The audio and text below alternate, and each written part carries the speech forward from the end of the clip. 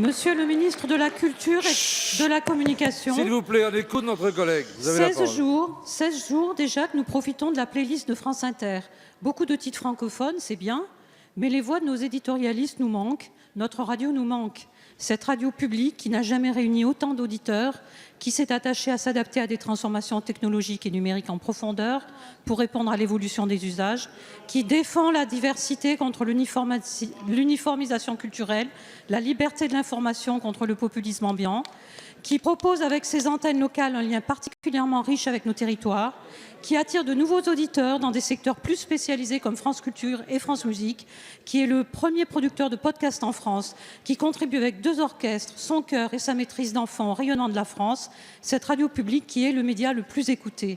C'est cette radio publique qui parle à 15 millions de Français et qui est la voix d'un service public de l'audiovisuel auquel nous sommes foncièrement attachés. Et pourtant, comme de nombreux services publics, elle est soumise depuis plusieurs mois à une réorganisation interne dont la présidente nous avait affirmé qu'elle ne se ferait ni au détriment de la qualité du service public, ni contre l'intérêt même des salariés. Avec 300 licenciements annoncés sous le doux euphémisme de départ volontaire, qui viennent s'ajouter à 280 emplois déjà supprimés précédemment, c'est là une étrange manière que de remercier et de soutenir une radio plébiscitée par les auditeurs.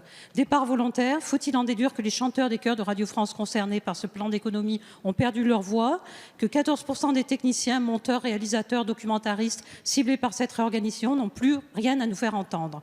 Une nouvelle fois, ce sont des emplois précaires, contrats à durée déterminée, mais pourtant essentiels à l'ensemble des acteurs du monde radiophonique qui sont touchés. Les efforts que la direction demande à ses salariés se font dans un contexte tendu et sont un bien mauvais signe avant que ne s'ouvre la réforme de l'audiovisuel public.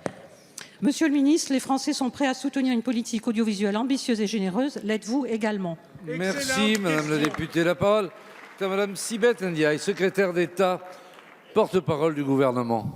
Merci, Monsieur le Président. Mesdames et Messieurs les députés, Madame la députée, je vous prie tout d'abord d'excuser l'absence de mon collègue France Riester, ministre de la Culture. Vous l'avez noté depuis 15 jours maintenant, effectivement, les antennes de Radio France sont perturbées et c'est parce que des inquiétudes légitimes s'expriment à travers un mouvement social. Je pense qu'il est important de comprendre d'abord de quoi on parle, puisque nous parlons d'un plan de transformation qui a été lancé à l'été 2018 par la direction de Radio France, avec un objectif très clair: faire en sorte que le service public continue à faire honneur à ses valeurs, à ses missions, qui sont en priorité d'informer le public et de l'éclairer. Préparer cet avenir, c'est évidemment relever les défis très nombreux auxquels nous sommes confrontés en pleine révolution numérique. Aujourd'hui, comme utilisatrice, sans doute comme moi, savez-vous que les acteurs, les écrans, les contenus se sont multipliés et les habitudes du public qui les consomme ont profondément changé. L'entreprise doit donc faire des choix, se concentrer sur ses priorités, informer, être dans la proximité, la culture et la jeunesse. Elle doit aussi, comme l'ensemble des acteurs de la sphère publique, réaliser des économies et nous avons tracé le chemin d'un effort qui sera totalement soutenable pour l'entreprise. Cela ne l'empêche pas d'investir dans ses priorités.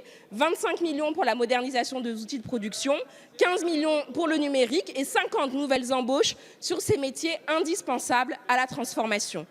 Notre ambition, Madame la députée, est celle d'avoir un audiovisuel dont nous soyons fiers, un audiovisuel qui soit au rendez-vous des défis du XXIe siècle. Et soyez-en sûrs, avec la loi sur l'audiovisuel qui a été présentée, nous serons au rendez-vous, Madame la députée.